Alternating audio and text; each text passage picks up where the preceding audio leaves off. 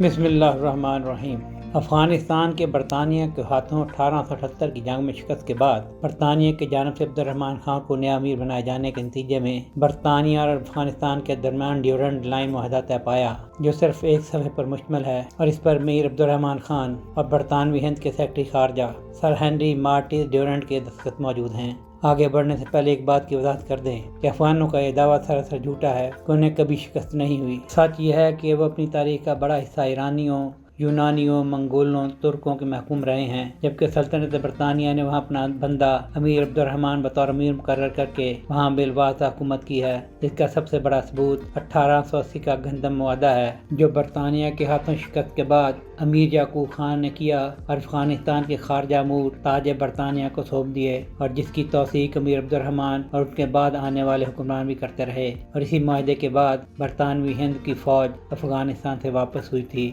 کچھ ایسا ہی معاملہ سوویت یونین کا بھی تھا، جو اپنی ببر کارمک جیسی کٹ مصلیوں کے ذریعے اور بعد ازاں براہ راست فوجی قبضے کے ذریعے افغانستان پر قابض رہا۔ یقیناً پاکستان اگر امریکہ اور اس کے مغربی ساتھیوں کو افغانوں کی مدد پر آمادہ نہ کرتا تو شاید وہ آج بھی روس کے زیر تسلط ہوتے۔ بہرحال ہندوستان سے برطانیہ کی رخصتی تک ڈیورنڈ لائن کو تمام افغان حکمرانوں نے سرحد تسلیم کیا، بلکہ امیر عبد الرحمن نے تو کہا تھا کہ یہ تاریخی معاہدہ ہے جس کی افغانستان کی ہند کے ساتھ ایک واضح سرحد متعین ہوئی ہے، جس سے مستقبل میں غلط فہمیاں نہیں ہوں گی، مگر قیام پاکستان کے ساتھ ہی افغانوں کو تکلیف شروع ہو گئی، اور گزشتہ 78 سالوں کے دوران ڈیورنڈ لائن کی سرحد ہونے یا نہ ہونے کا معاملہ متعدد بار اٹھایا جا چکا ہے۔ گزشتہ دنوں بھی افغانستان میں طالبان حکومت کے وزیر دفاع ملا یعقوب اور بھارت کے پیار بھرے دورے پر گئے ہوئے طالبان وزیر خارجہ امیر خان متقی کی جانب سے ڈیورنڈ لائن کے حوالے سے ایسے ہی متنازع بیان سامنے آ چکے ہیں، جو در حقیقت بھارت سے دوستی کا نتیجہ ہے۔